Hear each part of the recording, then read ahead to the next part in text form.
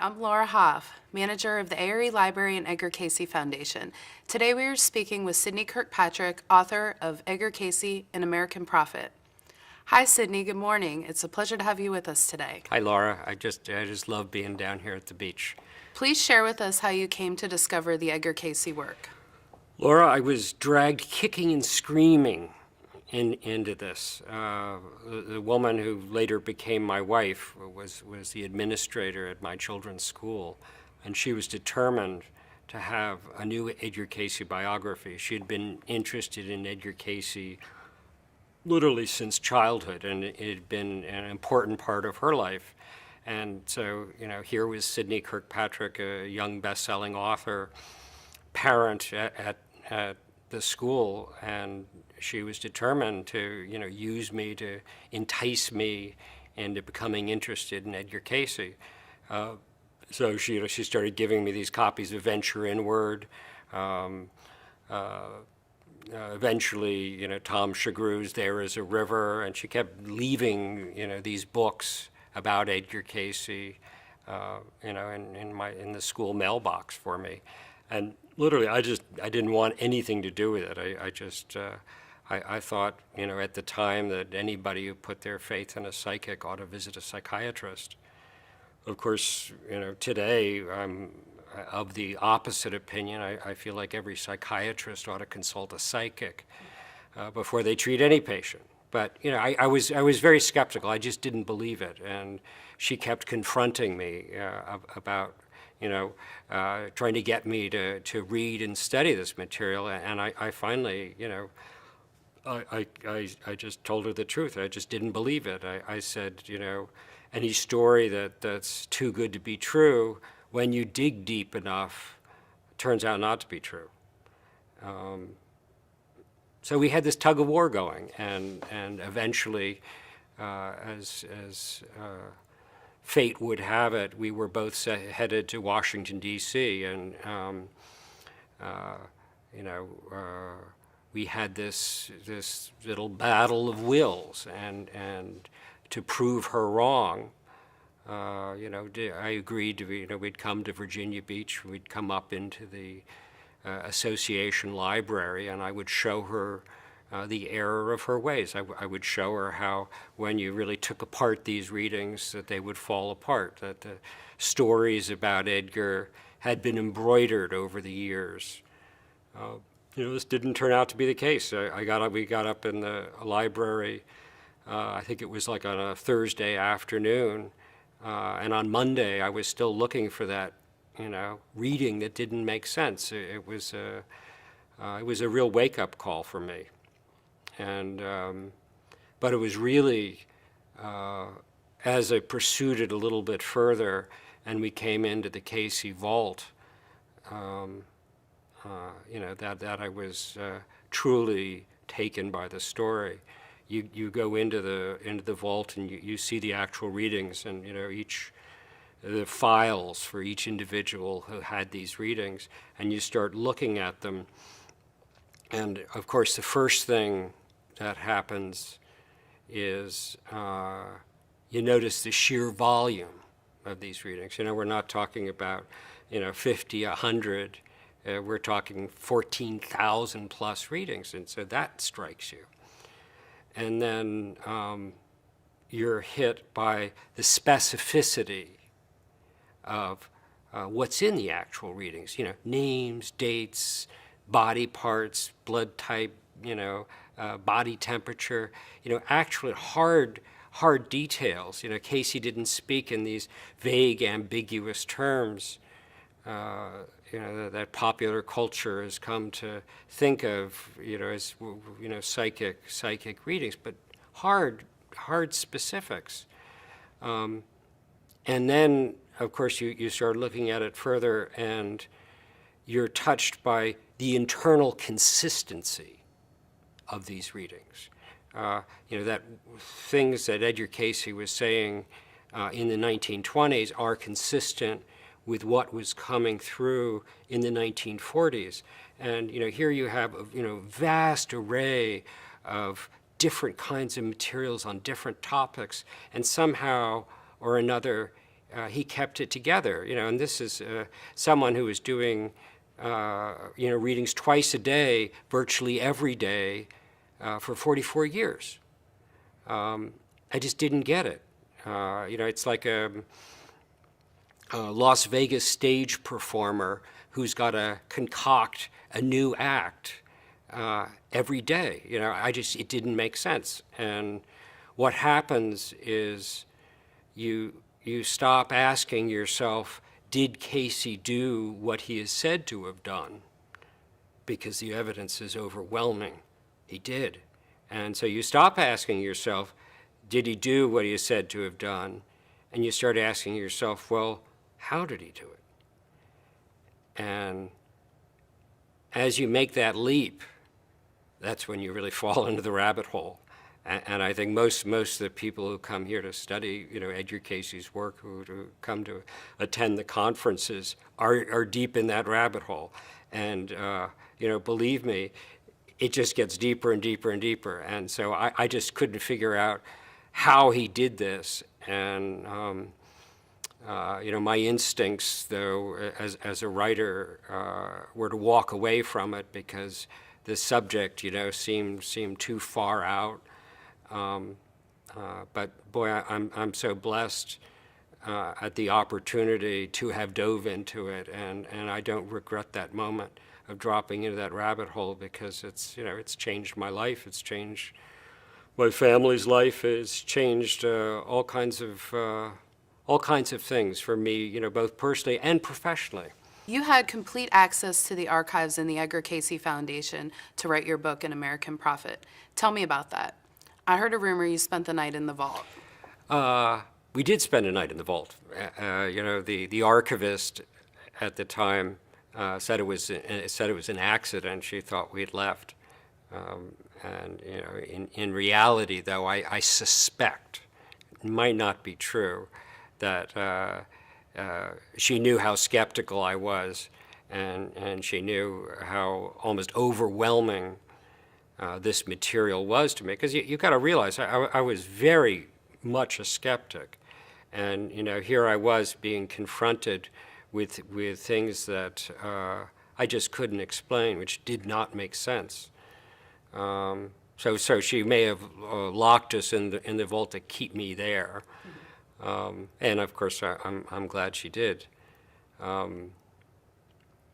One of perhaps the most important research tool, and this was something quite unexpected, were putting names to the Cayce numbers. So, of course, in Cayce's lifetime, individuals would come to him for help and to protect their identity, for very good reasons. Numbers were attached to those names, because someone like George Gershwin wouldn't want it being known that he was, consulting Cayce on his hemorrhoids. These are very personal issues, and so there was a physician-patient sort of relationship, and these things were to be kept confidential. However, as a skeptic, I very much wanted those names because I didn't necessarily believe the documentation in those vaults. I wanted to put names to those numbers. I wanted to see who these people were. I wanted to put flesh and blood on these readings.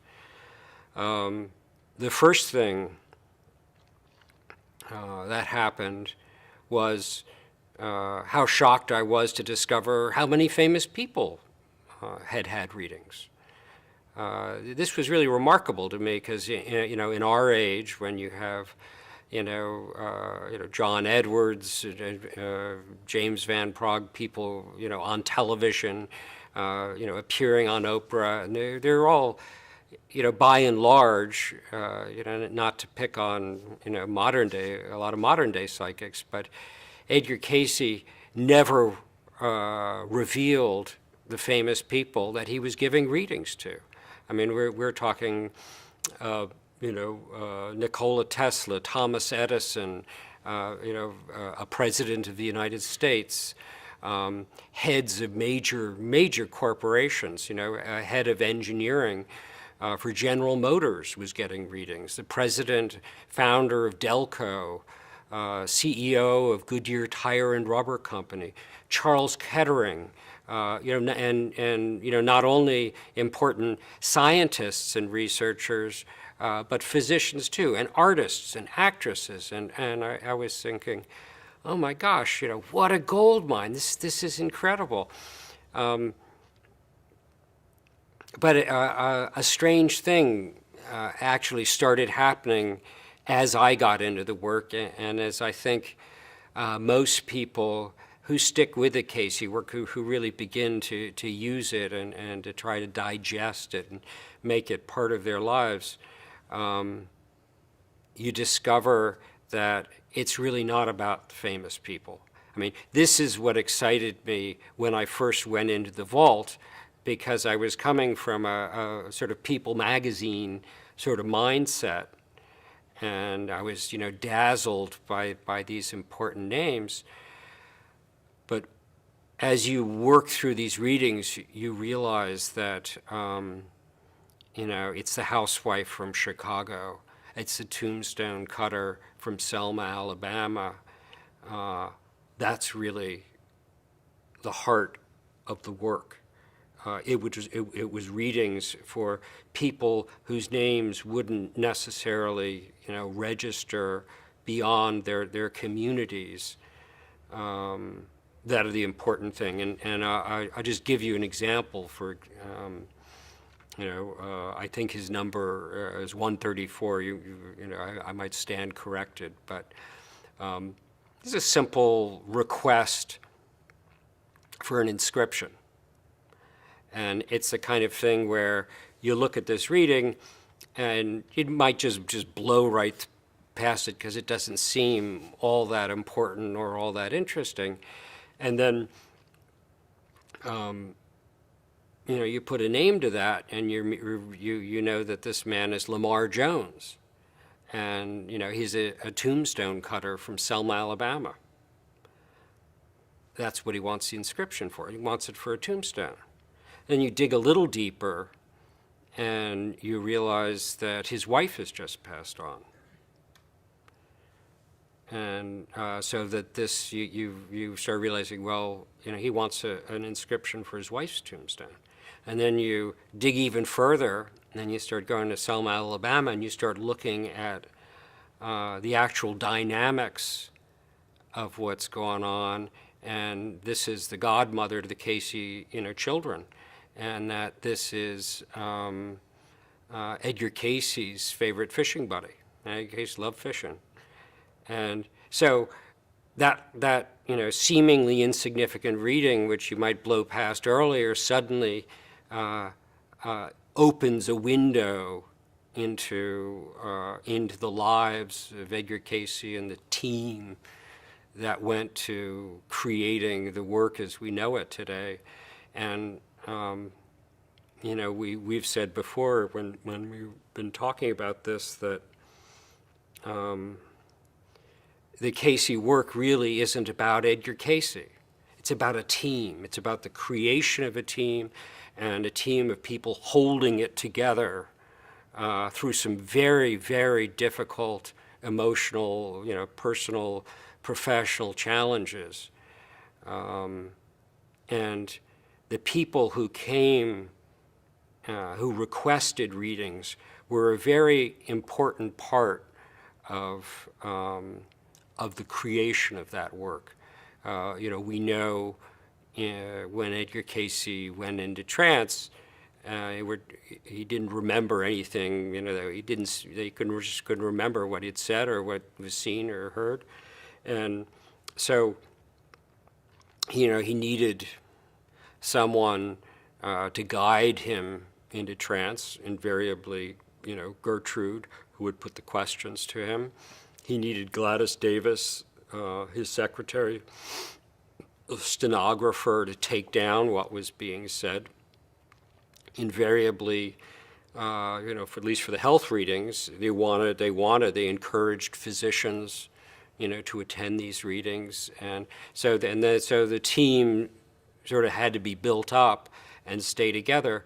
But most important to that team was the person doing the requesting, the person who needed help. And the more genuine that need, the more heartfelt the request, the greater the information that came through. And that's why it's maybe cool to read about, Gloria Swanson, a silent film actress, getting a reading, or to speculate what might have gone on between Edgar Cayce and Harry Houdini. But the real nuts and bolts, are the people who came to Cayce literally off the street or because they'd heard about him. I need help. Our daughter's dying. My fiance is going blind.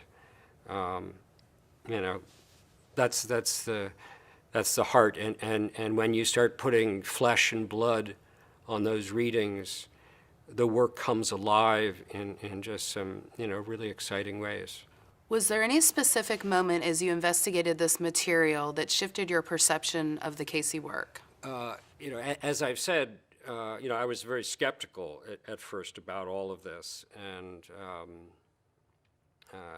Nancy, my partner, and we bought this motorhome, and we outfitted it with a computer, with a computer database. The readings for the first time had been put on this computer database, which was wonderful because you could search through them, and we had names to go along with the numbers, and we literally set off across the country to interview people who'd had readings. I wanted to visit these families. I wanted to find these people, and I wanted to see if what's set upstairs in the vault is the same as what's what these people remember. And we were very successful, remarkably so to my mind. I was very surprised at how easy that was. Simply, I was very surprised simply because so many years had elapsed. One of the things that I found was how many people had stories to share, and that these stories had been passed on from one generation to the next. And surprising to me, it wasn't the readings themselves. It wasn't the psychic information that had come through Cayce that was passed on. It was the deep love that these families had toward the Cayces. Not just Edgar, but his wife Gertrude, son Hugh Lynn, Gladys Davis.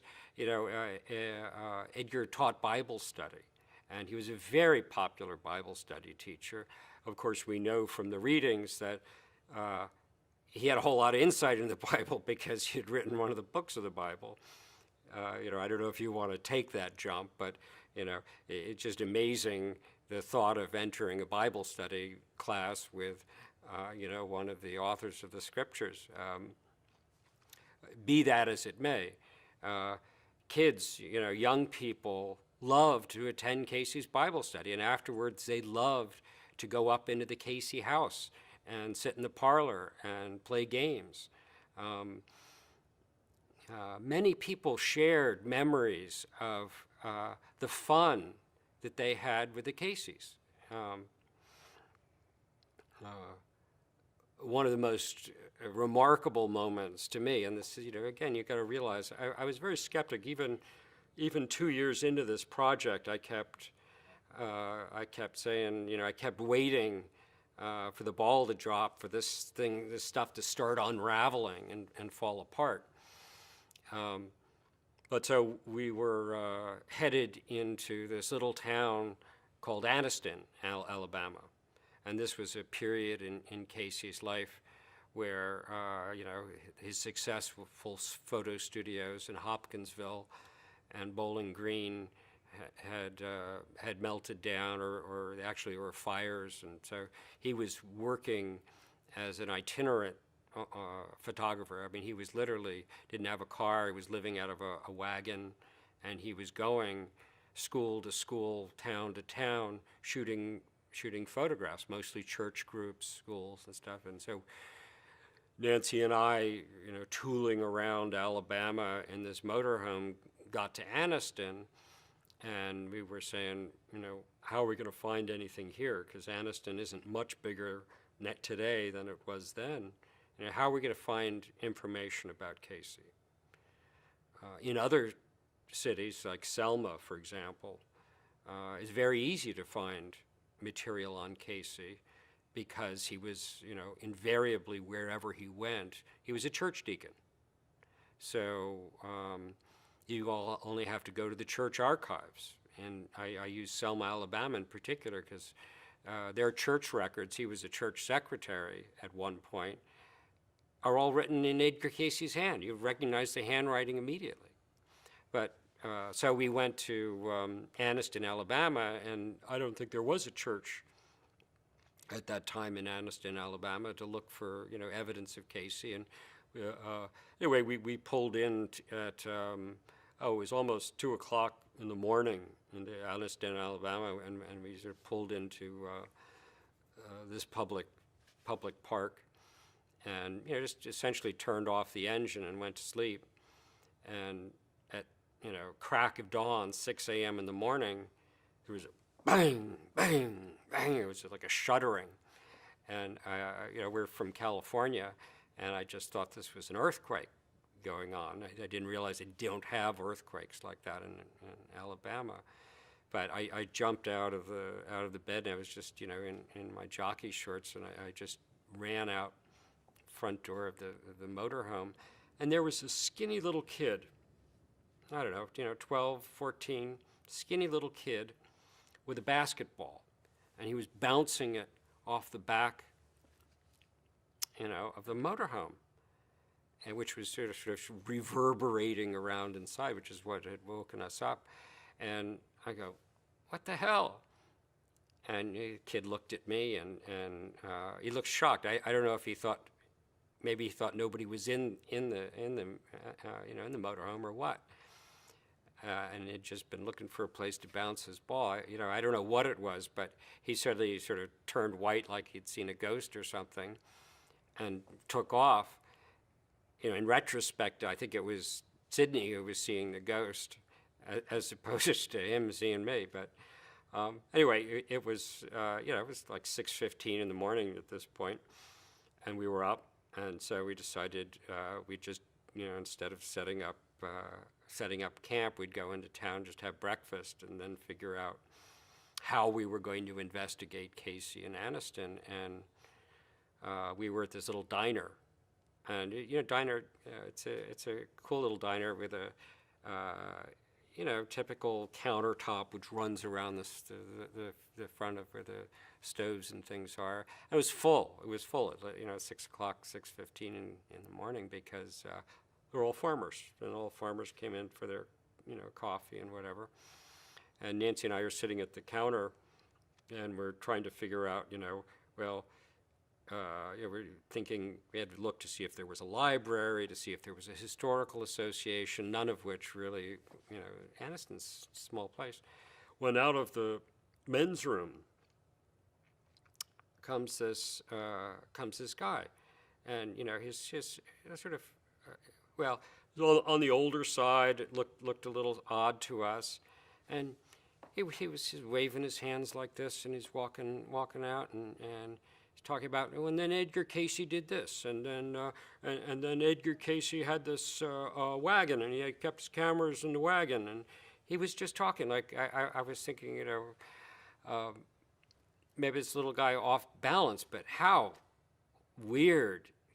How truly weird it was that here's this guy walking out of the men's room talking about Edgar Cayce. And of course, we had to come up and talk to him and see what this was about. And as it turned out, this man had just joined the Toastmasters, which is an organization where you learn public speaking. And every, they have a cycle, and You pick a story and something to research, and then you present a talk about it. And this gentleman that afternoon was presenting, his first Toastmasters speech on Edgar Cayce. His aunt from Anniston, Alabama, had had a trance reading from Edgar Cayce, and he had heard about Cayce, and he was interested, and so he had spent months researching Edgar Cayce's life in Anniston, Alabama, things that we couldn't possibly have found, on our own. But of course, we weren't on our own. I didn't see that quite, to the same degree I see it today.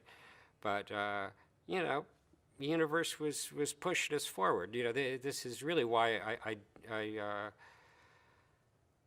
Sidney Kirkpatrick didn't write this book, but a whole lot of people wrote this book. And as much as I would love to beat my chest and really take credit for it, in all honesty, I shouldn't take credit for it. And a whole team of people wrote this book.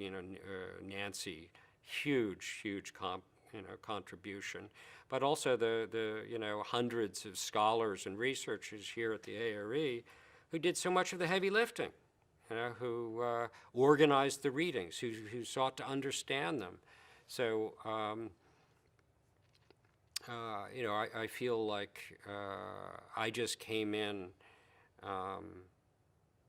at a moment in time, and could lend my efforts to a story which was been developed for many years. How helpful was the library as a resource while doing research to write your book? The library, here at the Visitor Center,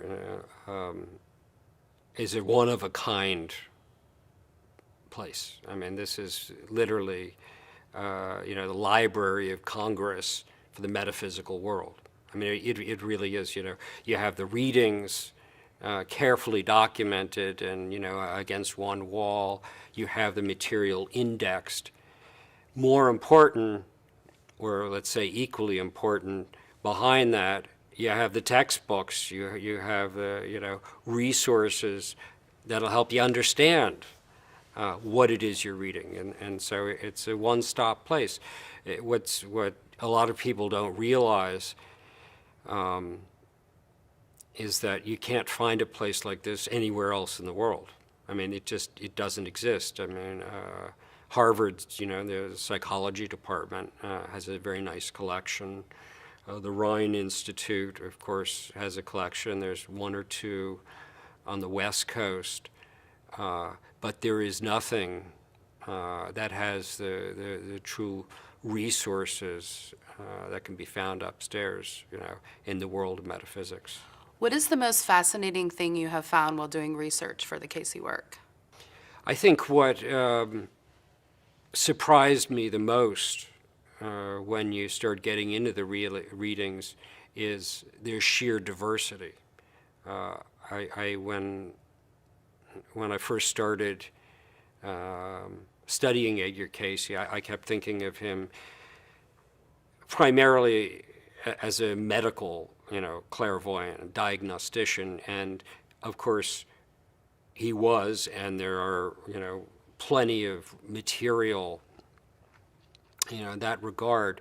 What shocked me was to discover how many scientific readings Cayce was giving.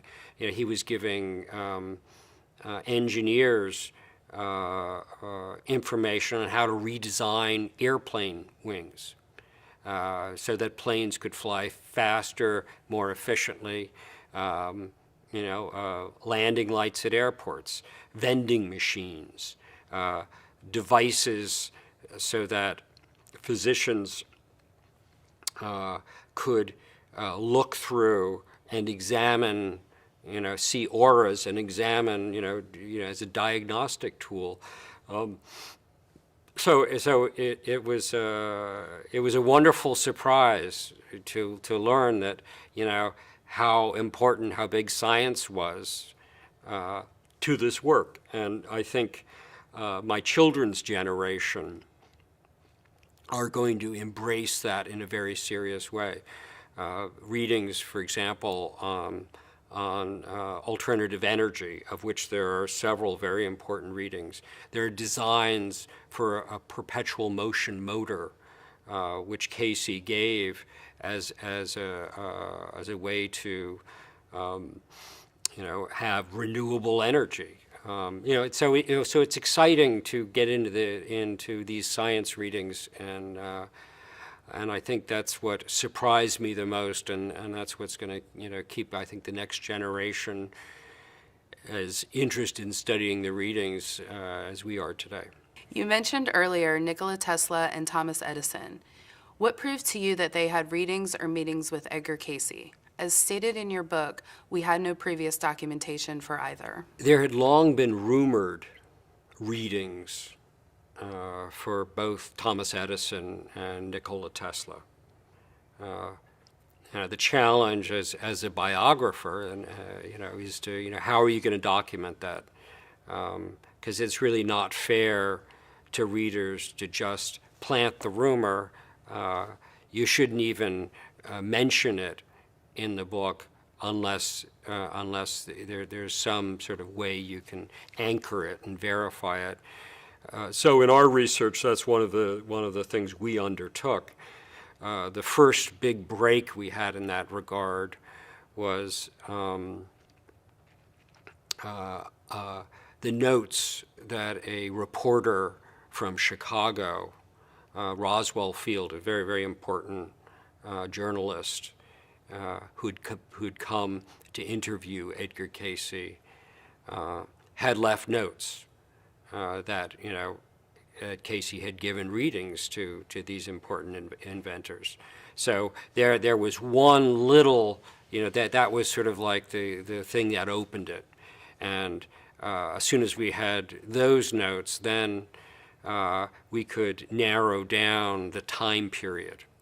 And as we discovered from Roswell Field, Cayce kept readings for these inventors and several important people all together in a special file, and he had been able to read them. So we know that the readings actually existed.